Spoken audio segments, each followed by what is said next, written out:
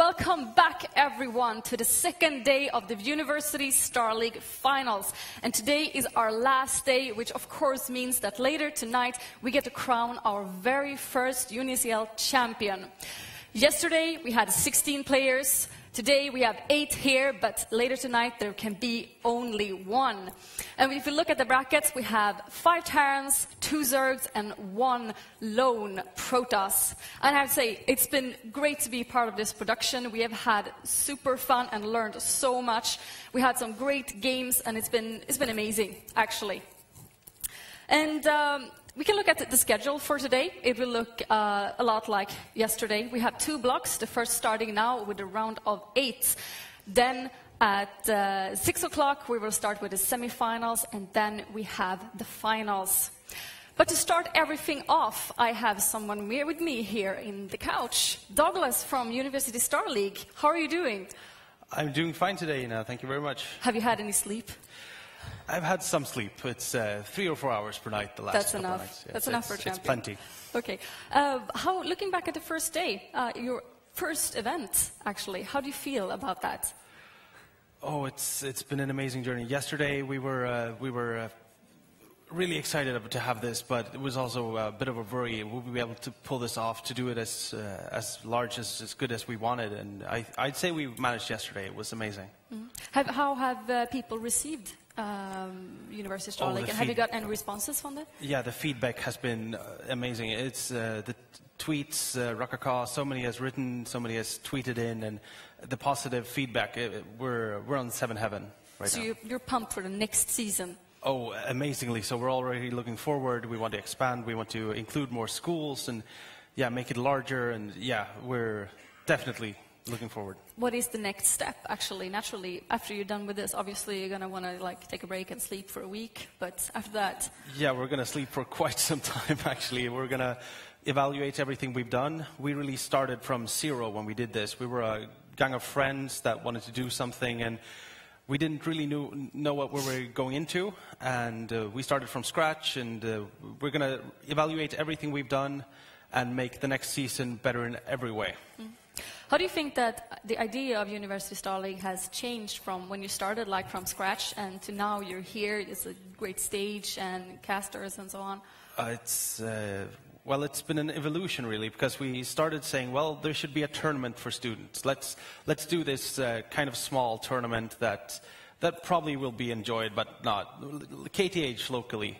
It was actually, to begin with, called Riot SC2, and then we started watching CSL and thought, well, why aren't we doing that? And then we tried to, and it just steamrolled from there.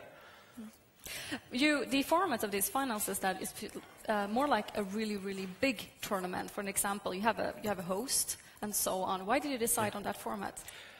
Quite early on, actually, we decided that everything we do should hold a standard, and we wanted the standard to be very high, because it's I wouldn't say it's boring, but it's not as fun to tune into a stream and see that the production value is low, they're not sure what they're doing. It's way more exciting to watch a stream where the casters are excited, where the production around it is great, and you have overlays that looks good and everything. So we wanted the production to be very good from the start, so that everybody sees that this is a serious production and they're going to go far.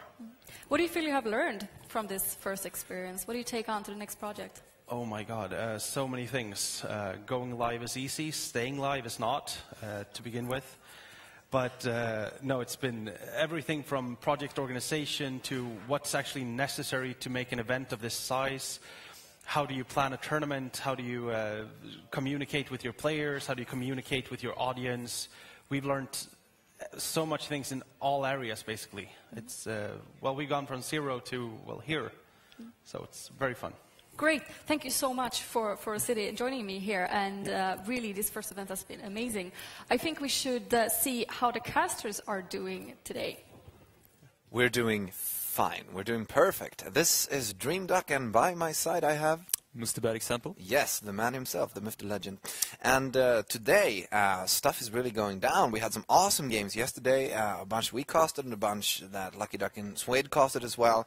They had the best game, though, the one with the one between Oh, the best games was it that Shoulder and Njal? Shoulder and Njal, that was the most exciting games, I think. Yeah. But the games that impressed me the most was probably Fubar, Proxy Panda, as well as Göran Persson. And I know really impressed me as well. I know you're very impressed by both of these, Göran Persson and Fubar. I'm thinking your predictions for the tournament is Fubar, right? I think, yeah, my prediction is Fubar. If he can take out Madalisk in a Sug vs Sug, that's going to be really tough. That's going to be really tough. But you say if he can take out Madalisk, Prop Dash meeting Madalisk, you're already seeing that as... What do you think? I would say Madalisk is the favorite. You do, yeah. Yeah, like she actually met him at the favorite. Yeah, she actually met him at a show match, and she took him out. That was best of 5. She took him out 3-1, I think. Yeah. In one game that she claimed the room was too cold, so she didn't feel like playing that game. So but I don't know if it was to psych him out or whatever. But still, let's go through the games for today.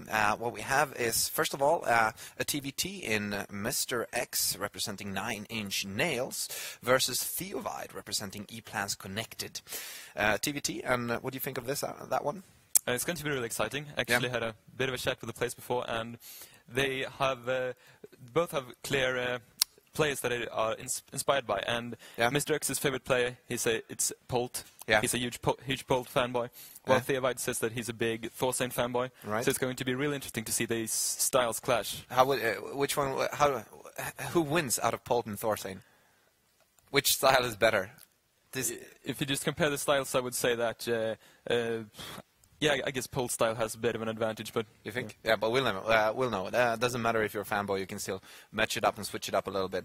I'm thinking Theowide. That's my prediction. Anyway, Göran Persson versus Espexilla is the next one, and that's our only Protoss left in the tournament whatsoever, so he needs to represent. But you're voting for Göran Persson, or rooting for, not voting for. That's if I had to choose, Göran Persson with the name and the charm, it's impossible not to root for him, I think. But Espexilla, he just showed that he's very determined, has some great strategies, so it's going to be a close game, I think. All right.